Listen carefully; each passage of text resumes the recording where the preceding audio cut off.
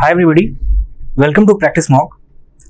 आज के सेशन में हम बात करेंगे कि आने वाले दिन में जब तक कि नोटिफिकेशन नहीं आती है तब तक आप अपने टाइम को कैसे यूज़ कर पाओ। आप में से कुछ लोगों ने हमें मेल किया है, बहुतों के मैसेजेस टेलीग्राम पे भी आते रहते हैं टाइम टू टाइम। तो थोड़ी सी क्लैरिटी देने की कोशिश करेंगे हम कि कैसे आप रिमेनिंग टाइम को अच्छे से यूज़ कर पाओ। तो सबसे पहले एग्जाम को हम ब्रेक करते हैं 2 पार्ट्स में, फेज 1, फेज 2। अब कोई एक सिंगल स्ट्रैटेजी देना ये थोड़ा मुश्किल हो जाता है, क्योंकि आप में से बहुत सारे लोग ऐसे होंगे जो वर्किंग होंगे कहीं ना कहीं, कुछ लोग ऐसे भी होते हैं जो फुल टाइम स्टडी कर रहे होते हैं। तो इन दोनों के लिए सेम स्ट्रैटेजी वर्क नहीं कर सकती, राइट।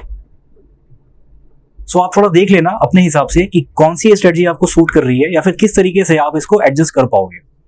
सबसे पहले तो ये कि मैं एज्यूम करके चल रहा हूं कि आपकी प्रिपरेशन एटलीस्ट 2 मंथ्स 3 मंथ्स पहले स्टार्ट हुई होगी।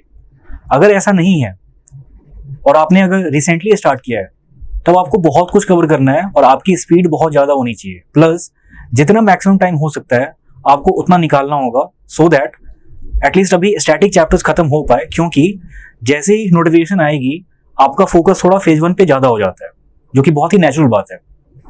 उस केस में आपको ईएसआई, फिनांस, मैनेजमेंट के चैप्टर्स रीड करने की हो सकता है इसके लिए बहुत ज़्यादा स्कोप ना मिले।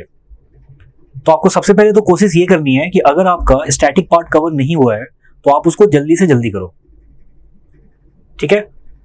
मैं डायरेक्ट फेज 2 पे इसलिए आ गया बिकॉज अभी जो आपका टाइम होने वाला है आगे, मान लो कि 2 या 3 वीक्स, उसमें आपको बहुत ज़्यादा पोर्शन उसका वो फेज 2 के लिए अलॉट करना होगा, नहीं तो फिर बाद में आपको दिक्कत होगी।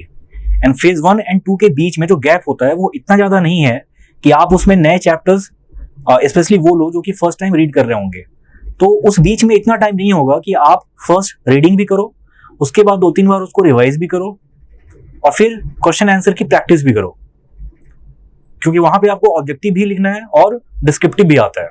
तो ऑब्जेक्टिव और डिस्क्रिप्टिव दोनों को बैलेंस करना ये तभी हो पाएगा जब आपने कुछ ना कुछ रीड कर रखा होगा पहले फेज 1 के। तो इसलिए मैं बोल रहा हूँ कि फेज 2 के लिए अभी से आपको सोचना पड़ेगा। जिन लोगों ने बहुत पहले प्रिपरेशन स्टार्ट कर दी थी उनको तो बहुत आराम मिलेगा अभी, लेकिन जिन्होंने रिसेंटली स्टार्ट किया है तो आपके एफर्ट्स ज़्यादा लगने चाहिए अब, क्योंकि अभी अगर आप रिलैक्स हो गए बाद में मैनेज करना मुश्किल हो जाएगा, राइट। तो हम पहले फेज 1 से चलते हैं। फेज 1 में अगर हम बात करें क्वांट, रीजनिंग, इंग्लिश की, इन तीनों को एक साथ रखते हैं। इसके अगर आपको थोड़ा बहुत भी आता है या फिर आपने कोई बैंकिंग एग्जाम दे रखा होगा तो ऐसा नहीं है कि आपको बिल्कुल लेवल 0 से करना है स्टार्ट, ठीक है। बहुत सारे फ्रीली अवेलेबल रिसोर्सेज हैं जहां से आप जाके चेक कर सकते हो कि आपकी अभी लेवल क्या है। अगर सपोज कि किसी पार्टिकुलर चैप्टर के जो क्वेश्चंस हैं अगर वो आपसे नहीं बन रहे अच्छे से या उसमें गलतियां बहुत ज्यादा हो रही, तो आप ये कर सकते हो कि उस चैप्टर को अलग से रीड करके और उसकी प्रैक्टिस, फिर कुछ क्वेश्चंस की प्रैक्टिस एक बार में कर लो, सो दैट वो चैप्टर आपका अच्छा हो जाए, ठीक है। तो अगर आपने कोई एग्जाम दे रखा है पहले, क्योंकि आप में से बहुत सारे लोग ऐसे होते हैं जिनका ये सेकंड या थर्ड टाइम हो रहा होता है, या फिर कुछ ऐसे होंगे जो आरबीआई का एग्जाम तो फर्स्ट टाइम दे रहे होंगे, लेकिन उन्होंने हो सकता है बैंकिंग का कोई और एग्जाम दे रखा होगा, खास करके एसबीआई या फिर जो आईबीपीएस का पीओ का एग्जाम होता है वो। तो वैसे केस में आपका बहुत कुछ ऑलरेडी कवर हो चुका होगा। हो सकता है कि चैप्टर की अच्छे से प्रैक्टिस ना हुई हो, लेकिन आपको चैप्टर एज इन रीड करने की जरूरत नहीं पड़ेगी जैसे कि आप फर्स्ट टाइम करते हो, ठीक है। तो अगर ऐसा है कि आपकी थोड़ी बहुत प्रैक्टिस हो रखी है तो आप स्ट्रेट अवे जितने फ्रीली अवेलेबल सोर्सेज हैं, जैसे अगर हम अपने प्लेटफॉर्म की बात करें तो आप यहाँ पे देखना, एक तो जब आरबीआई का कोर्स आप ओपन करोगे, अगर आपने कोर्स परचेज कर रखा है तो उस समय तो आपको सब कुछ दिखेगा एक साथ। अगर आपने नहीं भी किया है तो भी ये बीच वाला सेगमेंट आप चेक करो, यहाँ पे फेज 1 और फेज 2 दोनों के मिनी मॉक्स होते हैं। मिनी मॉक्स का कॉन्सेप्ट क्या है कि आपको हर वीक एक मिनी मॉक दिया जाता है, जिसमें हर सेगमेंट के कुछ ना कुछ क्वेश्चंस होते हैं एग्जाम लेवल के। तो अगर आप टोटल क्वेश्चंस को देखो एग्जाम में, तो टोटल क्वेश्चंस आपको मिलता है वहां पे 200। मिनी मॉक में 200 क्वेश्चंस नहीं होंगे, लेकिन जितने भी क्वेश्चंस होंगे वो एग्जाम लेवल के होते हैं। तो एक एक करके क्या होगा कि आप एग्जाम लेवल से और ज्यादा फैमिलियर होते चले जाते हो। एंड ये जितने मिनी मॉक्स में जो वेरियस चैप्टर से क्वेश्चंस होते हैं, मैं अगर हम बात करें क्वांट की, ठीक है, या फिर रीजनिंग के जितने टॉपिक्स होते हैं, तो ये मिनी मॉक्स दे के आप देख लो कि इनमें से कौन सा है जो आपसे हो पा रहा है और कौन सा है जिसके क्वेश्चन आप अच्छे से अटेम्प्ट नहीं कर पा रहे। उसको आपको नोट करना है, और नोट करके जब आपको क्लियरली आइडिया लग जाए कि हाँ ये चैप्टर या ये टॉपिक मेरा वीक है, इसका या तो मैंने कोई भी क्वेश्चन सही नहीं किया है, या फिर हो सकता है कि लेवल ऐसा है कि वो मैं अटेम्प्ट कर ही नहीं रहा, उस केस में वो आपको नोट डाउन करना है और उस चैप्टर की प्रैक्टिस करनी है, उस टॉपिक की प्रैक्टिस करनी है आपको जितना हो सके। या फिर आप अपने हिसाब से देख लेना कि आपको एग्जाम में किस पे रिलाई करना है। वैसे मैं सजेस्ट करूंगा कि हर चैप्टर, हर टॉपिक से आप थोड़ा थोड़ा प्रैक्टिस कर लो, बिकॉज एग्जाम में ऐसा हो सकता है कि जिस टॉपिक को आप छोड़ना चाह रहे हो सकता है कि सबसे इजी क्वेश्चन उसी से आया हो। ये बहुतों के साथ होता है, तो इसका आप ध्यान रखना। आपको यहां से भी थोड़ा आइडिया लग जाएगा, बट फिर भी मिनी मॉक्स अभी बहुत ज्यादा अपलोडेड नहीं है। अभी अपकमिंग वीक्स में और भी टेस्ट आएंगे इसमें, लेकिन अगर मैं आपको एक और सोर्स बताऊं इसी के जैसा, तो आप लेफ्ट साइड में देखना, यहां पे फ्री क्विज करके एक यहां सेगमेंट आ रहा है, राइट। इसको आपको क्लिक करना है और अब आप देखो टॉपिक टेस्ट में आपको फेज 1 के लेवल का और फेज 2 के लेवल का ये दोनों यहां पे दिखेगा। बट मैं पहले बता दूं कि ये आरबीआई का लेवल नहीं है। आई मीन ये आरबीआई एग्जाम के लिए क्रिएट नहीं किया गया है, ये एक्चुअली में बैंकिंग एग्जाम्स के लिए है। बट फिर भी अगर आप में से बहुत लोगों ने एसबीआई का हो सकता है एग्जाम दिया हो, तो एसबीआई का जो मेंस लेवल है, अब आप ये नहीं बोल सकते कि आरबीआई से बहुत ज्यादा डिफर हो रहा है, वो डिफर कर रहा है डिफिकल्टी लेवल में, ऑलमोस्ट ये क्लोज आ चुके हैं।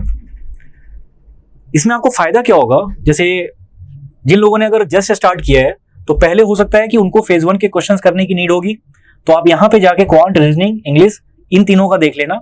जैसे मैं अगर आपको क्लिक करके दिखाऊं, ओके, यहां पे आप देखो तो ऑलरेडी बहुत सारे टेस्ट यहां पे अपलोड हो चुके हैं, ये आपको दिख रहा होगा। लाइकवाइज आप रीजनिंग में आके रीजनिंग का देख सकते हो, ठीक है। तो ऐसे ऐसे बहुत सारे टेस्ट आपको मिलेंगे। इनफैक्ट ये जैसे सिलॉग का आपको 89 दिख रहा है, राइट, तो मतलब सिलॉग के पहले 88 टेस्ट अपलोड हो चुके हैं। इसमें आपके पास डेटा बहुत ज्यादा है, आई मीन क्वेश्चन बैंक आपकी वो काफी हम इसको बोल सकते हैं कि वॉल्यूमिनस है, ये आपको कवर करने में काफी टाइम लग जाएगा, तो वो आप देखना वहां पे। इसीलिए मैं बोल रहा हूं कि सबसे पहले जो आइडियल सिचुएशन हो सकती है वो ये मेरे हिसाब से, कि जितने भी कोचिंग इंस्टीट्यूट्स है, मोस्टली हर जगह जो फर्स्ट मॉक होगा, मैं ग्रेड बी के फुल लेंथ मॉक की बात कर रहा हूँ, आप वहां पे देखोगे कि हर जगह मोस्टली फर्स्ट वाला मॉक फ्री होता है। तो आप ऐसे 3-4 मॉक दे लो, करंट अफेयर्स को इग्नोर करना, लेकिन जो बाकी के सेगमेंट्स हैं उसमें आप थोड़ा एनालाइज करके देखना कि कौन सा टॉपिक है, आई मीन क्वांट में, रीजनिंग में कौन सा टॉपिक है जो आपका सबसे वीक निकल के आ रहा है। मान लो कि कुछ लोगों को लगा कि मेरा सिलॉग वीक है, अब आप क्या करो, सिलॉग के हर दिन 2-3 सेट लगाना स्टार्ट कर दो।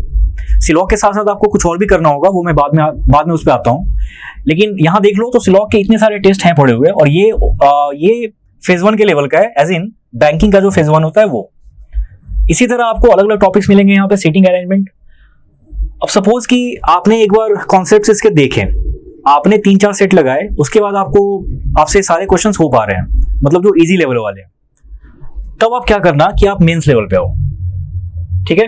टॉपिक टेस्ट मेंस, वहां पे रीजनिंग पे आना, और हर टेस्ट में 10 क्वेश्चंस होते हैं, तो इतना तो टाइम आपको निकाल के चलना पड़ेगा कि आप हर दिन कम से कम 4 से 5 टेस्ट दे रहे हो। मैं ये नहीं बोल रहा कि सिर्फ रीजनिंग के ही आपको 4-5 टेस्ट देने हैं, आप इसको डिवाइड कर सकते हैं। मेरा ऐसा मानना है कि इंग्लिश में आपको बहुत ज्यादा एफर्ट डालने की जरूरत नहीं पड़ेगी। आई मीन ये अगर आपका पहले से ठीक है, तो अगर आप थोड़ा बहुत भी प्रैक्टिस कर रहे हो तो आपको ये हो जाएगा इसलिए हैंडल। तो आप ये कर सकते हैं कि 2 टेस्ट आप रीजनिंग के लगाओ, 2 टेस्ट क्वांट का लगाओ, और 1 टेस्ट इंग्लिश का लगाओ। अगर आपके पास टाइम ज्यादा है, क्योंकि ये 10 क्वेश्चंस हैं, टाइमिंग थोड़ी सी वेरी कर सकती है, जैसे यहाँ पे 15 मिनट्स हैं मेंस लेवल में, प्रीलिम्स लेवल में ये 10 मिनट्स था। तो आप देख लेना कि आप मैक्सिमम कितना टाइम डिवोट कर सकते हैं, लेकिन आपको 4 से 5 टेस्ट, अगर आप मेरी सजेशन लो तो आपको 4 to 5 टेस्ट हर दिन देने चाहिए। तभी फेज 1 के पहले आप अपने कंफर्ट जोन से बाहर निकल के और एग्जाम की जो नीड है, एग्जाम का जो लेवल है, वहां तक पहुंच पाओगे, ठीक है। लाइकवाइज मेंस के लेवल में भी देखो तो बहुत सारे टेस्ट अपलोड हो चुके हैं। जैसे सीटिंग अरेंजमेंट का यहाँ पे 37 आ रहा है, तो यानी 36 टेस्ट अपलोड हो चुके हैं पहले ही इसके। लाइकवाइज पजल्स, डेटा सफिशिएंसी, तो आप देख लो कि बहुत सारे यहाँ पे टॉपिक्स हैं अलग अलग। ये सब टॉपिक्स आप छोड़ देना कंप्यूटर एप्टीट्यूड, क्योंकि ये आरबीआई ग्रेड बी के लिए नहीं है, राइट। लेकिन जो क्वेश्चन की डिफिकल्टी लेवल है मेंस की, वो आरबीआई ग्रेड बी से बहुत क्लोज है। इसीलिए मैं सजेस्ट कर रहा हूं कि ये आपको अटेम्प्ट करना चाहिए, इससे आपको बहुत फायदा होगा। ओके, अब आते हैं वापस। ये तो बात हो गई क्वांट रीजनिंग इंग्लिश की। फ्री वाले सोर्सेज मैंने आपको बता दिए। पेड के लिए सपोज अगर आपने वीडियो कोर्स ले रखा है आरबीआई ग्रेड बी का, तो उसमें तो आपको लेक्चर्स भी मिलेंगे, सब कुछ मिल जाएगा। बट अगर आपने फेज 2 का पीडीएफ कोर्स लिया है हमारा, तो आप इसको एज अ सप्लीमेंट आप क्या कर सकते हैं कि फेज 1 का जो हमारा पीडीएफ कोर्स है वो ले सकते हैं। तो उसमें क्या होगा कि आपको चैप्टर वाइज क्वेश्चंस मिल जाएंगे प्रैक्टिस करने के लिए। और जब वो चैप्टर्स आपके कंप्लीट हो जाएंगे, एज इन कि सपोज आपने उसका थ्योरेटिकल पार्ट देख लिया पहले कि क्वेश्चन सॉल्व होता कैसे है, उसमें बहुत सारे क्वेश्चंस भी दिए हुए हैं। जब वो क्वेश्चंस आप कर लो, तो फिर क्या करना, अब वापस जो मैंने आपको दिखाया है अभी, वहां पे आके उस टॉपिक से रिलेटेड जो क्वेश्चंस हैं वो आपको करना है फिर। अब आइडियली ऐसा होता है कि जिन लोगों ने एग्जाम दे रखा हो पहले, बैंकिंग का हो चाहे आरबीआई ग्रेड बी का हो, तो ये लीस्ट लाइकली है कि आपका हर टॉपिक वीक होगा। ऐसा होता नहीं है नॉर्मली। तो जो आपके वीक एरियाज हैं वहां पे आपको फोकस करना है ज्यादा, लेकिन जो आपके स्ट्रॉन्ग एरियाज हैं आपको बीच बीच में उसकी भी प्रैक्टिस करती रहनी है, सो दैट ऐसा ना हो कि गैप काफी ज्यादा हो जाए और जो चैप्टर आपकी स्ट्रेंथ हुआ करती थी अब आपको उसमें डाउट हो रहा है। तो ज्यादा फोकस आपको वीक एरियाज पे करने हैं, देना है, लेकिन आपको साथ ही साथ फेज आपकी जो स्ट्रॉन्ग एरियाज हैं, आपके जो स्ट्रॉन्ग चैप्टर्स हैं जिसमें आप अच्छा करते आए हो, वो भी आपको बीच बीच में देखते रहना है। तो ये होगा क्वांट रीजनिंग इंग्लिश की बात। अब अगर आप बात करो करंट अफेयर्स की या फिर ओवरऑल जीए की बात करो, क्योंकि जीए का ही एक पोर्शन होता है करंट अफेयर्स। अगर आप जीए को देखो तो इसको मैं कुछ पार्ट्स में डिवाइड करता हूं। सबसे पहला गवर्नमेंट स्कीम्स एंड इनिशिएटिव्स, इसका वेटेज बहुत ज्यादा है। जैसे फेज 1 के जीए के क्वेश्चंस को देखो जिसमें 80 क्वेश्चंस होते हैं, तो आउट ऑफ 80 ऐसा हो सकता है कि आपको अराउंड 15 या 20 क्वेश्चंस सिर्फ गवर्नमेंट स्कीम्स पे मिले। ऑब्वियसली इसका वेटेज बहुत ज्यादा है, तो इसीलिए इसको अलग से यहां पे लिखा है मैंने। अदरवाइज आप ऑलमोस्ट हर गवर्नमेंट स्कीम को या तो इकोनॉमिक इशूज या फिर सोशल इशूज या फिर फिनांस से रिलेट कर सकते हैं, कहीं ना कहीं वो इसी का पार्ट होता है। बिकॉज वेटेज बहुत ज्यादा है इसलिए इसको अलग से यहां पे लिख दिया मैंने। तो गवर्नमेंट स्कीम्स हो या फिर ईएसआई के न्यूज हो, फिनांस रिलेटेड न्यूज हो या फिर आरबीआई सेबी नाबार्ड के सर्कुलर्स हो, इस पे आपको बहुत ज्यादा फोकस करना होता है, क्योंकि फेज 1 के जीए का बहुत बड़ा कंपोनेंट यही है। अगर आप लास्ट ईयर के क्वेश्चन को, जिन लोगों ने एग्जाम दिया है, अगर आप थोड़ा रिकॉल करो, तो जिन लोगों के ये दोनों कवर हो चुके होंगे, जो अपने आप में बहुत ब्रॉड है, बहुत ज्यादा है, ठीक है। लेकिन अगर आप मान लो कि बैंकिंग स्पोर्ट्स वाले न्यूज अगर नहीं भी करके जाते और अगर आपने ये सब बहुत अच्छे से किया होता है, जिसका मेजर सोर्स होता है पीआईबी और आरबीआई सेबी की साइट्स, अगर ये भी आपका बहुत अच्छे से हुआ होता तो आप अराउंड 60 उसमें क्वेश्चंस अटेम्प्ट कर पाते। कितना सही होता वो बात की बात है, डिपेंड करता है इसमें कि आपने कितने डेप्थ में उसको रीड किया है। बट अगर मैं क्वेश्चन के सोर्स को ट्रेस करूं तो उसका सोर्स या तो पीआईबी था या फिर आरबीआई सेबी की साइट। मेरे बोलने का पॉइंट ये है कि ये दो सोर्सेज, पीआईबी और रेगुलेटरी बॉडीज के साइट्स, ये बहुत ज्यादा इंपॉर्टेंस कैरी करते हैं। ये पार्ट आपका बहुत अच्छे से होना चाहिए, ठीक है। बीच में क्योंकि अभी जनरल इलेक्शंस होने थे, हो भी चुके हैं, रिजल्ट भी आ गया अब, बट जब से एनसीसी इंप्लीमेंट हुआ, जब से इलेक्शन के डेट्स अनाउंस किए गए थे, तो उसके बाद क्या हुआ ड्रास्टिकली, ये मैं मार्च मिड की बात कर रहा हूं लगभग, उसके बाद क्या हुआ कि पीआईबी में आर्टिकल्स बहुत कम होने लगे। इसीलिए आपने नोटिस किया होगा कि अप्रैल एंड मई मंथ में, चाहे पीआईबी सूत्रा हो चाहे संपूर्णा फाइल्स हो, उसमें नंबर ऑफ गवर्नमेंट स्कीम्स वो काफी रिड्यूस हो गए, बहुत ही कम हो गए, कभी 1 या कभी 2 3 ऐसे करके। उसका रीजन यही है कि पीआईबी में, क्योंकि मिनिस्ट्रीज जब कोई काम करती हैं तो उसका अपडेट पीआईबी पे आता है। अब एक बार मोरल कोड लग गया तो उसके बाद फिर मिनिस्ट्रीज को कोई अनाउंसमेंट करने से रोक दिया जाता है। इसलिए जो एक्टिविटीज होती है मिनिस्ट्रीज की, जैसे कहीं पे कोई स्कीम लॉन्च हो गई या फिर कहीं पे किसी एग्जिस्टिंग स्कीम से रिलेटेड कोई एक्टिविटी होती है, तो यूजुअली ये होता रहता है। लेकिन उस बीच में जब इलेक्शन के डेट्स अनाउंस हुए थे, उसके बाद से ये एक्टिविटीज बंद हो गई। इसीलिए number of articles March mid से लेके और आपका मई लास्ट तक ये आपको बहुत कम मिलेगा। तो अगर मैं सिर्फ गवर्नमेंट स्कीम्स की बात करूं तो उसके लिए अब जून मंथ से वापस सब कुछ न्यूज में आने लग जाएगा। तो जून मंथ तो इंपॉर्टेंट है ही, लेकिन अगर आप मिड मार्च से लेके मई लास्ट तक की बात करो तो आर्टिकल्स आपको ना के बराबर मिलेंगे। अब ये बात मैं 2-3 बार बोल चुका हूं। मेरा पॉइंट ये बोलने का कि अब आपको थोड़ा सा बैकवर्ड जाना पड़ेगा, मतलब जनवरी, फरवरी और मार्च मंथ, मार्च मिड, जब तक ये अनाउंस नहीं हुआ था, ये आपको ये भी करना पड़ेगा। ऐसे में क्यों बोल रहा हूं?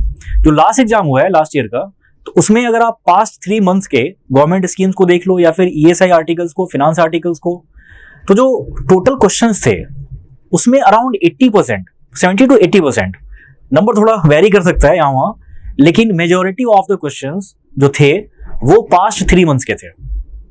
सबसे ज्यादा वेटेज पास्ट 3 मंथ्स का ही होता है। अब आज 10th जून है, राइट? अगर सपोज आज शाम को भी नोटिफिकेशन आती है अगर, तो आपका एग्जाम मोस्ट लाइकली कब होगा? 25 जुलाई के आसपास होगा, क्योंकि लगभग 45 डेज का टाइम होता है। कभी कभी 50 भी होता है, लेकिन 45 मान के चलो आप कि इतना रहेगा। मतलब जिस दिन नोटिफिकेशन रिलीज होती है उस दिन से लेके फेज 1 का एग्जाम होने तक, क्योंकि बीच में कुछ टाइम जो विंडो होता है एप्लीकेशन के लिए, वो भी अराउंड 15-20 डेज का होता है।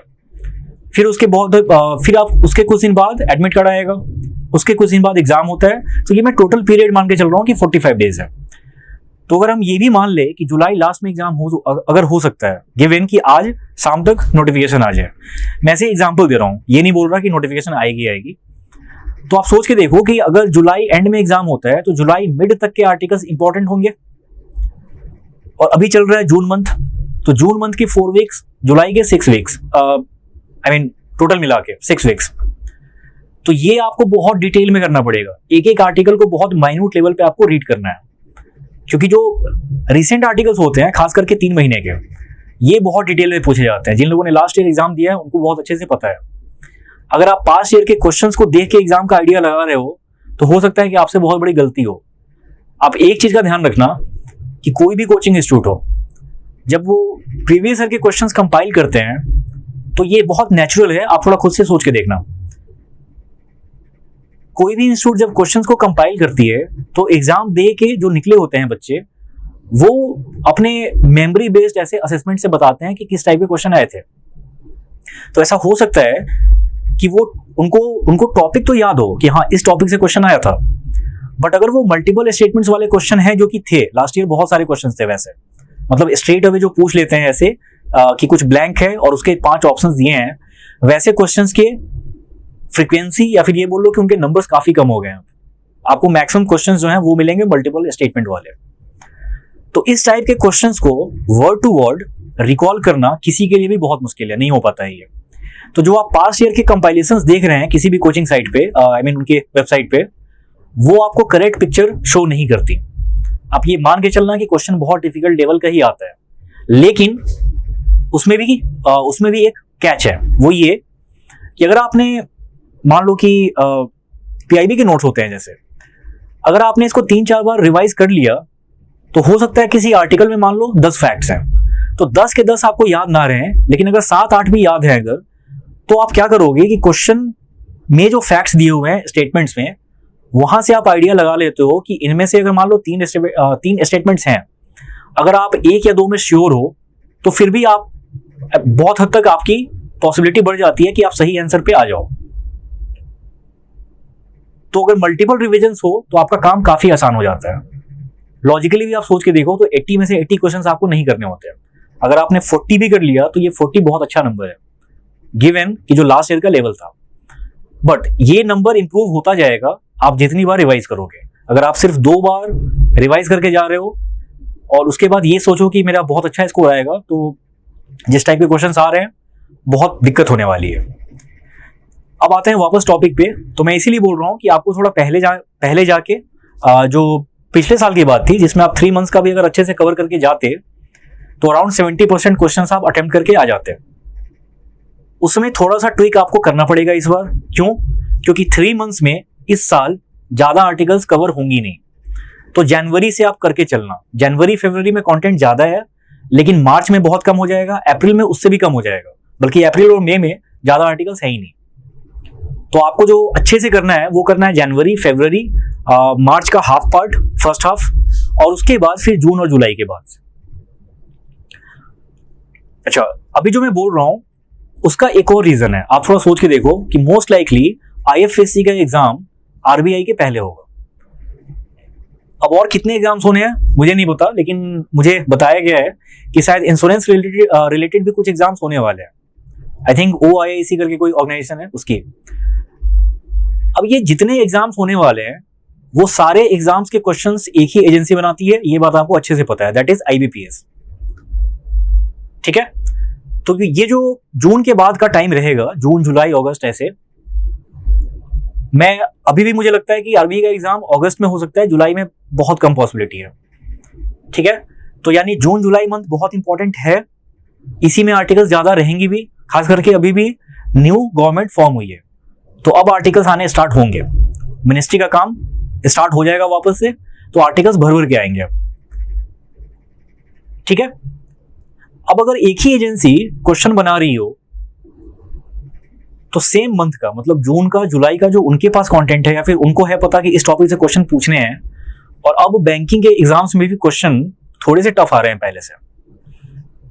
ठीक है, तो अगर 3-4 एग्जाम होने हैं बीच में, तो आप ये एज्यूम मत करना कि सिर्फ जून और जुलाई से ही क्वेश्चन रहेगा, वो क्वेश्चन आपसे पहले से भी पूछेंगे, क्योंकि उनके लिए भी ये चीज फिजिबल नहीं है कि 2 या 3 महीने के क्वेश्चंस को ही उठा के या फिर टॉपिक्स को उठा के वो हर एग्जाम में क्वेश्चन पूछे, वो थोड़ा बैक जाएंगे। और क्योंकि RBI का एग्जाम ज्यादा कॉम्प्रिहेंसिव होता है तो RBI में थोड़ा और पहले जाके पूछेंगे। वो सेफ साइड पे आप क्या करना कि जनवरी से लेके जुलाई तक का आपको रीड करना है। मार्च में, अप्रैल में, मई में आपको कंटेंट ज्यादा नहीं मिलेगा, तो फ्रीक आउट मत करना, ये हो जाएगा कवर। अच्छा, ये जो मैंने अभी बातें बताई हैं किसके लिए? फेज 1 GA का जो बहुत बड़ा कंपोनेंट होता है, आई मीन अलग अलग आप अगर देखो टॉपिक्स इसमें, तो स्कीम्स, इनिशिएटिव्स, ESI, फिनांस।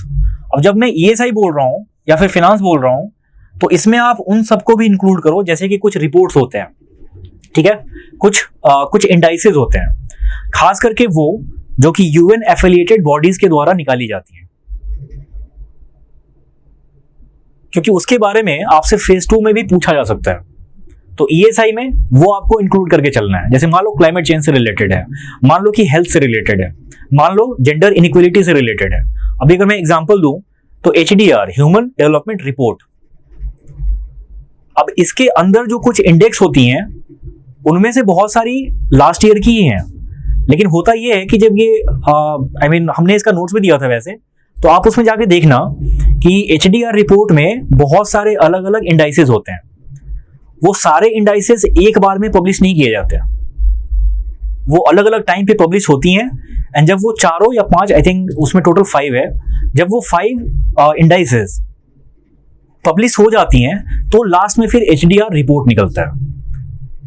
और ये आपके फेज 1 के लिए भी बहुत इंपॉर्टेंट है और ये फेज 2 के लिए भी बहुत इंपॉर्टेंट है। फेज 2 के लिए तो इतना इंपॉर्टेंट है कि उस पर डिस्क्रिप्टिव क्वेश्चन भी आ सकता है, तो आपको वो सब सारी चीजें ESI में ही ESI में ही काउंट करनी है। ठीक है, उसी तरह फिनांस हो गया। तो मई मंथ में देखो तो फिनांस के अंदर कुछ आर्टिकल्स, जैसे PIB में एक आया था जनरल फिनेंशियल रूल्स, वो एक टिपिकल फिनांस का टॉपिक हो गया। उसी तरह 16th फिनांस कमीशन की मीटिंग हुई और उसमें उनका काम स्टार्ट हो चुका है अब, तो उससे रिलेटेड जितने भी आर्टिकल्स आ रहे हैं वो सब फिनांस से रिलेटेड है। ठीक है, तो ये आपका फेज 1 और फेज 2 दोनों का काम करेगा। तो इन सबको जनवरी से लेकर जुलाई तक आपको कवर करना है। लेकिन वैसे रिपोर्ट्स जिसका फेज 2 से कोई लेना देना नहीं है, जो कि टिपिकली फेज 1 के GA का पार्ट है, वो फेज 2 में नहीं पूछा जा सकता। जैसे कि आपने सुना होगा पासपोर्ट रिलेटेड बहुत सारे इंडेक्स होते हैं, ठीक है, वेल्थ से रिलेटेड होता है, तो इनकी यूटिलिटी बहुत कम है, ये बस फेज 1 में ही आएगा, फेज 2 में कोई इसका लेना देना नहीं है। तो वैसे टॉपिक्स को आप यहाँ पे इंक्लूड करना मिसलेनियस में। बैंकिंग न्यूज हो गई कि किस बैंक का कौन सा ऐप यूज हुआ है, लॉन्च हुआ है, ठीक है, स्पोर्ट्स से रिलेटेड हो गया। तो जो इस टाइप की न्यूज हैं, ये आपको अगर आप 3 मंथ्स का भी करो तो भी आपका काम चल जाएगा। बहुत से कोचिंग के लोग आपको बताएंगे कि ये भी 6 मंथ्स का करना है, लेकिन मुझे ऐसा लग रहा है कि फेज 1 का जीए जितना टफ हो चुका है, अब आप 6-7 मंथ्स के हर स्पोर्टिंग इवेंट को याद करो कि उसका विनर कौन था, ठीक है, फर्स्ट रनर अप कौन था, ये फिजिबल नहीं है, ये आपको याद नहीं रहेगा। और अगर आप यहाँ पे ज्यादा फोकस कर रहे हैं तो आप किसी और कंपोनेंट में कंप्रोमाइज कर रहे होंगे, हो सकता है डिस्क्रिप्टिव में नहीं कर पा रहे होंगे। तो इससे अच्छा है कि आप इसको 2 या 3 मंथ्स तक लिमिटेड रखो। सेफ साइड पे रहने के लिए 3 मंथ्स का कर लो। तो यानी जून जुलाई आप देख लो एक बार, ठीक है, जून जुलाई का कर लो। और एग्जाम की डेट जब पता चले, मान लो कि अगस्त में होना है एग्जाम, अगस्त में मान लो 3rd वीक में होना है, तो अगर 3rd वीक में एग्जाम है तो आप 2nd वीक तक का करके जाओ। आप जून से स्टार्ट करना, जून जुलाई 2 मंथ का पहले कर लो। एग्जाम की डेट अगर अगस्त में होगी, लास्ट में होगी मान लो, अगस्त एंड में, तो आप अगस्त मंथ का भी कर लेना। लेकिन बैंकिंग स्पोर्ट्स रिलेटेड न्यूज आपको बहुत ज्यादा नहीं करनी। ये मैं आपको नहीं बोलूंगा कि आप जनवरी से पढ़ना स्टार्ट करो। मान लो 4 या 5 नंबर एक्स्ट्रा भी आ जाएंगे, लेकिन ये 4-5 नंबर के लिए आपको फिर 3-4 महीने का पढ़ना पड़ेगा एक्स्ट्रा, जो कि मुझे नहीं लगता कि वाइज है। तो आप देख लेना कि आपको क्या सूट कर रहा है। मेरा सजेशन ये रहेगा कि ये आप 2-3 महीने से ज्यादा करके मत जाना, यहां पे फोकस करो आप, क्योंकि यहां से क्वेश्चंस भी ज्यादा रहेंगे और यहां से टफ क्वेश्चंस ज्यादा रहेंगे। ये वो टॉपिक्स हैं, क्योंकि आप ऐसे सोच के देखो ना कि एग्जाम जो एजेंसी ले रही है उसको भी पता है कि ये सारे टॉपिक्स फेज 2 में भी है, और फेज 2 में आपको ऐसे भी डिटेल में रीड करना होता है, तो इसीलिए वो इस टॉपिक से ज्यादा डिफिकल्ट क्वेश्चंस पूछते हैं। आपको 80 में 80 स्कोर करना है नहीं ऐसे भी, और अगर आपने इतना कर लिया तो आप निश्चिंत रहो, आपका स्कोर अच्छा आएगा, बहुत अच्छा आएगा। इनफैक्ट डिपेंड करता है कि आप कितनी बार रिवाइज कर रहे हैं। लेकिन अगर आपकी रिवीजन हो गई मान लो अच्छे से, तो आप मान के चलो कि आउट ऑफ 80 जो लास्ट ईयर का लेवल था, आप 60 क्वेश्चंस बड़े आराम से अटेम्प्ट कर सकते हैं, सब्जेक्ट टू योर रिवीजन। अगर आपकी रिवीजन अच्छे से हुई है, 3 बार 4 बार हुई है, तो वो जो 60 अटेम्प्ट है उसमें आपके मैक्सिमम क्वेश्चन सही होंगे। हो सकता है 60 से ज्यादा भी हो। अब इसका एग्जैक्ट एकदम काउंट देना मुश्किल है, लेकिन क्वेश्चन बहुत ज्यादा थे इन सब टॉपिक से और पिछले 4-5 महीने में। राइट, ये हो गया। ये सारी चीजें आपको संपूर्ण फाइल में मिल जाएंगी। अगर आप सिर्फ पीआईबी सूत्रा ले रहे हैं तो गवर्नमेंट स्कीम्स, इनिशिएटिव्स, ईएसआई और फिनांस, ये पार्ट आपको पीआईबी सूत्रा में मिल जाएगा। सर्कुलर्स में ये नहीं होता, लेकिन सर्कुलर्स वाला पोर्शन आपको संपूर्ण में मिल जाएगा। अच्छा, अब अगर हम बात करें कि बैंकिंग, स्पोर्ट्स या मिसलेनियस हो, इन सब की प्रैक्टिस कहां से करो आप, उसके लिए अगेन हम आते हैं बैक इस पे। तो ये जो टॉपिक टेस्ट मेंस लिखा है ना, यहाँ पे देखो आप लिखा हुआ है करंट अफेयर्स, आप इसको यहाँ पे क्लिक करो और ये फ्रीली अवेलेबल है। भले आपने कोर्स ना लिया हो कोई बात नहीं, लेकिन ये यहाँ पे अवेलेबल है। और अभी तक इसमें मई वीक 3 के 2 क्विज अपलोड हो चुके हैं ऑलरेडी। तो टोटल आपको हर हफ्ते में 100 क्वेश्चंस मिलते हैं प्रैक्टिस के लिए। जो लोग चाहें वो मई के 4th वीक से भी स्टार्ट कर सकते हैं, ठीक है। कंटेंट इसका ऑलरेडी हमारे ब्लॉग पे आ चुका होगा, वो आप देख लेना, या फिर अगर आप कोई और भी सोर्स रेफर कर रहे हैं तो भी कोई दिक्कत नहीं है।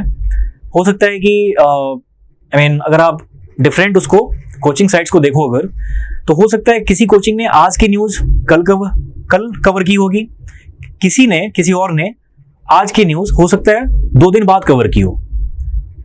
तो शॉर्ट टर्म में आपको थोड़ा बहुत फ्लक्चुएशन दिख सकता है, लेकिन लॉन्ग टर्म में अगर हम फेज 1 के जीए की बात करें तो वो ऑलमोस्ट इक्वल ही होता है। आप किसी भी एक सोर्स को पकड़ना एंड उसी को रीड करते रहना, कोई भी सोर्स हो। उसके बाद आप यहां पे आके उसका, जैसे देखो एक वीक में ये वीक 3 है, वीक 3 का फर्स्ट क्विज और ये रहा सेकंड क्विज, 50-50 क्वेश्चंस हैं। तो ये भी आप बीच बीच में करते रहना। जैसे ही आपका एक वीक का कंटेंट खत्म होता है, और मैं सजेस्ट करूंगा कि आप न्यूज़पेपर हर रोज पढ़ो, लेकिन जो करंट अफेयर्स का कंपाइलेशन है ये अगर आप वीकली भी पढ़ रहे हैं तो काम चल जाएगा आपको।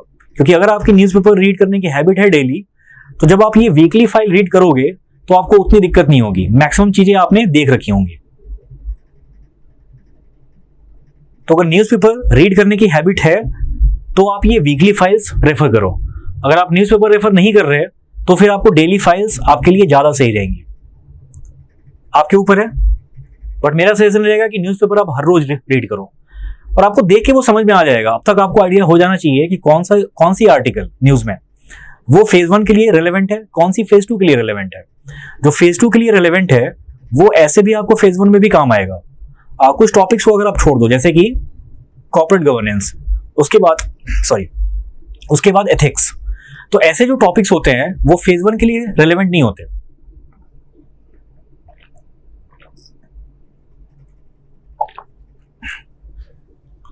ठीक है, तो वो आपको देखना रहेगा। करंट अफेयर्स आपका यहां से भी हो सकता है फ्री में। अगर हम कोर्स की बात करें सो कोर्स में आपको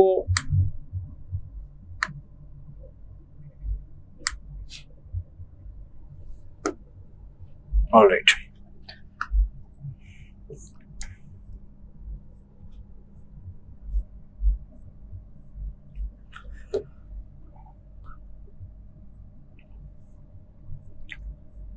कोर्स में आप यहां पे देखना संपूर्ण कंटेंट के साथ ही इसका टेस्ट भी अपलोड होता है। तो आपको मंथली ये भी करते रहना है और इसको आपको बार बार रिवाइज करना पड़ेगा, क्योंकि इसमें क्वेश्चंस के लेवल थोड़े से टफ होते हैं, फैक्ट्स भी बहुत ज्यादा होते हैं। तो सॉल्यूशन भी अच्छे से आप देखो, बार बार सॉल्यूशन को देखो। जो क्वेश्चन आपके गलत हो रखे हैं टेस्ट में, तो उसमें आपको रीअटेम्प्ट मोड में उसको अटेम्प्ट करने का मौका मिलेगा। तो जो क्वेश्चन आपके गलत हुए हैं उसको बार बार देखो अटेम्प्ट करके कि वो अब आपका सही हो रहा है कि नहीं हो रहा है। उसके साथ साथ ये जो फ्री का सोर्स है दैट इज मिनी मॉक्स। तो फेज 1 का तो मैंने आपको बता दिया पहले। फेज 2 के भी मिनी मॉक्स इसमें मिलेंगे and around 9 मॉक्स mini मॉक्स already upload हो चुके हैं। इनका जो सोर्स है वो हमारे टेलीग्राम ग्रुप पे जो वीकली टास्क्स होते हैं, किसी हफ्ते में कोई टास्क नहीं दिया जाता है, सो दैट आप पहले वाला रिवाइज कर पाओ अच्छे से। तो जो स्टडी ग्रुप के टास्क है उस पे बेस्ड उसमें क्या होगा कि उस हफ्ते की पीआईबी आर्टिकल्स, न्यूज आर्टिकल्स, उस हफ्ते में जो मैनेजमेंट का, ईएसआई का और फिनांस के जो चैप्टर्स दिए गए हैं पढ़ने को, तो इस मिनी मॉक में आपको थोड़ा ब्लेंड मिलेगा स्टैटिक टॉपिक्स का भी और पीआईबी न्यूज़पेपर के आर्टिकल्स का भी।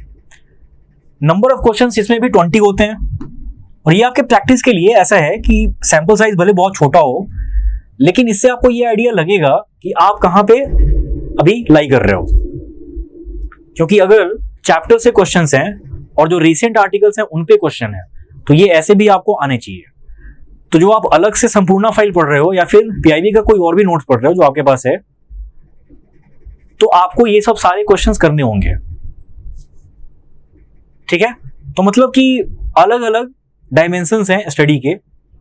ऐसा नहीं है कि कोई एक ही चीज आप हमेशा करते रहो और वो खत्म हो तो दूसरा स्टार्ट करो। आपको फेज 1 में जीए या फिर क्वांट, रीजनिंग, इंग्लिश, सारी चीजें थोड़ी थोड़ी करनी पड़ेंगी, क्योंकि इतना टाइम नहीं है कि आप कोई एक सब्जेक्ट पहले खत्म करो उसके बाद दूसरे सब्जेक्ट पे आओ। इतना टाइम अब नहीं रहा। तो आप कोशिश करना कि आप अपने डेली शेड्यूल में इन सारी चीजों को फिट कर पाओ। आपने अगर इसको अच्छे से फिट कर दिया तो जब एग्जाम की डेट्स आएंगी उस समय आप बहुत अच्छे पोजीशन में रहोगे। तो ये आपके ऊपर है। इसमें एक लास्ट है जिसके बारे में थोड़ी सी बात की हमने ऑलरेडी। मैंने आपको पहले ही बता दिया है कि चैप्टर्स आपको कोशिश करनी है कि जल्दी से जल्दी खत्म हो। अब सपोज जिन्होंने कुछ पढ़ा ही नहीं है अभी तक, उनको फिर सजेस्ट कर पाना बहुत मुश्किल है। लेकिन अगर आपने अभी तक जो भी रीड किया है और आप न्यूज़पेपर या फिर पीआईबी आर्टिकल्स भी रीड कर रहे हैं, तो आपको इतना आइडिया हो गया होगा कि किस चैप्टर से, किस स्टैटिक चैप्टर से लिंक्ड ज्यादा आर्टिकल्स न्यूज में आते हैं। जैसे कि मान लो हेल्थ केयर हो गया, हेल्थ केयर के बाद एजुकेशन है, ठीक है। उसके बाद अगर आप ईएसआई में बात करो, ऐसे इकोनॉमिक इश्यूज की, तो उसमें इंडस्ट्री रिलेटेड चीजें काफी ज्यादा आती हैं न्यूज में। तो जो इनके रिस्पेक्टिव चैप्टर्स हैं फिर वो आपका अच्छे से होना चाहिए। तो वो आपको खुद ही आइडिया हो जाता है कि कौन से किस टाइप के आर्टिकल्स न्यूज में ज्यादा रह रहे हैं। फिर उसका स्टैटिक पार्ट आपको बहुत अच्छे से पता होना चाहिए। अभी जैसे कुछ दिन पहले ही मॉनेटरी पॉलिसी कमेटी की मीटिंग हुई है और आज मैंने ग्रुप में बताया भी है कि उसके ऊपर जो आर्टिकल आया है उसको आप कैसे कवर करोगे, इंक्लूडिंग उसका स्टैटिक पार्ट। तो जब भी कोई चीज न्यूज में आए और जो आपके फेज 2 सिलेबस से डायरेक्टली लिंक्ड है, उसको आप खुद से सोच के थोड़ा सा देखो कि वो किस चैप्टर से लिंक्ड है। उस चैप्टर को जाके एक बार रिवाइज करो, और आपने उसको पहले रीड नहीं किया तो फिर आपको वो जल्दी से पढ़ना पड़ेगा। तो चैप्टर्स और न्यूज़पेपर्स, इन दोनों को अगर आप लिंक करो, मैनेजमेंट में ये काम नहीं हो सकता है क्योंकि मैनेजमेंट लगभग स्टैटिक होता है, लेकिन उसमें भी कॉर्पोरेट गवर्नेंस हो, इससे related time to time articles आती रहती है। हर रोज नहीं आती, लेकिन हो सकता है कि महीने में 1 या 2 बार ऐसे आर्टिकल्स आ जाए कोई, ठीक है। बट अगर हम ईएसआई और फाइनेंस की बात करें तो उसमें आपको न्यूज में कुछ ना कुछ मिलता ही रहेगा, तो उससे रिलेटेड जो आपका स्टैटिक पार्ट है वो कवर होना चाहिए, ठीक है। तो ये हमारी बात हो गई फेज 1 और फेज 2 दोनों की। सो ये जो 1.5-2 महीने हैं, और मैंने एग्जाम्पल में आपको बताया था कि हो सकता है आज अगर नोटिफिकेशन आए तो जुलाई लास्ट में एग्जाम हो सकता है, बट अभी तक ऐसी कोई इंफॉर्मेशन मिली नहीं है। मैं आपको डेट तो नहीं बता पाऊंगा क्योंकि उसके बारे में मुझे नहीं पता है, लेकिन अभी नोटिफिकेशन तुरंत आ जाए 1-2 दिन में, इसके भी चांसेस मुझे बहुत कम लग रहे हैं। बट फिर भी अगर मान लो 15 जून तक नोटिफिकेशन नहीं आती है तो आप मान के चलना कि फिर एग्जाम आपका जुलाई में तो नहीं होने वाला।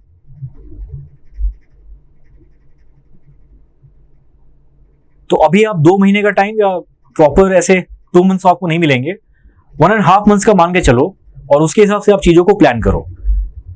तो सबसे पहला, अलग अलग कोचिंग साइट्स की जो कोर्सेज हैं उनके, आप उसमें जाके देखो कि पहला मॉक जो फ्री है, फुल लेंथ मॉक, आप वो दो, एक ही करके दो सबको। एंड जब भी एक मॉक दो, उसकी एनालिसिस भी होनी चाहिए। आप में से बहुत लोग ऐसे हैं जो मॉक्स को अच्छे से एनालाइज नहीं करते। मॉक्स को अटेम्प्ट करके छोड़ दो, फिर उसका कोई फायदा नहीं है। आप एक एक क्वेश्चन की एनालिसिस करो। जो क्वेश्चन आपके सही हुए हैं उसको स्ट्रेट अवे स्किप कर देना भी सही नहीं है। वो इसलिए कि कई बार ऐसा होता है कि आपने गलत मेथड यूज किया हो या फिर आपने तुक्का लगाया हो और वो क्वेश्चन आपका सही हो गया। तो जब एनालिसिस के टाइम पे आप उसको स्किप करोगे तो वो एक वेस्टेज ऑफ टाइम होगी। आपको उसमें भी जाके देखना है कि ये आपको जो नहीं आ रहा था अच्छे से, आपने तुक्का लगा दिया, तो नेक्स्ट टाइम ऐसा कोई क्वेश्चन आए तो आप कॉन्फिडेंट होकर उसे मार्क कर पाओ। इसके लिए एनालिसिस बहुत जरूरी है। एक एक क्वेश्चन को एनालाइज करो और साथ ही साथ आप लिखते चलो, या फिर एनालिटिक्स वाले पार्ट में दिया होता है कि कौन सा टॉपिक आपका स्ट्रांग है, कौन सा वीक है, वो लेकिन आपके पास अलग से होना चाहिए। आप हर बार साइट पे लॉगिन करके नहीं देख सकते, वो चीज फिजिबल नहीं है। आप इसको खुद से नोट करो और मार्क करो कि जैसे सिलॉक का है टॉपिक, तो सिलॉक के टॉपिक में से रिलेटेड जो क्वेश्चंस हैं आपके, तो आपने मॉक 1 दिया तो उसमें आपकी इफिशिएंसी क्या थी, मतलब उसमें आपकी एक्यूरेसी क्या थी, रादर कितने क्वेश्चन सही हुए, कितना आपने अटेम्प्ट किया था। इन सबका एक आप डेटाबेस टाइप का रखो ताकि आप अपने इंप्रूवमेंट को ट्रैक कर सको बार बार। बहुत सारे लोगों के पास इतना टाइम नहीं होता, उनके पास ये लग्जरी नहीं है कि वो इतने माइन्यूट लेवल पे कर पाए चीज़ों को, खास करके वो जो वर्किंग है। लेकिन जो अफोर्ड कर सकते हैं, जिनके पास टाइम है, आपको ऐसा इस मेथड से जरूर पढ़ना चाहिए या फिर प्रैक्टिस करनी चाहिए, तभी फिर स्टडी पे आपका कंट्रोल आ पाएगा। सो बहुत सारे डाउट से मैंने कोशिश की है कि जितना मैक्सिमम मैं एड्रेस कर पाऊँ। अगर कुछ रह गया होगा तो आप इस वीडियो के कमेंट बॉक्स में लिख देना, मैं वहां पे आके रिप्लाई कर दूंगा, ठीक है। सो आज के सेशन में इतना ही। Thanks for watching.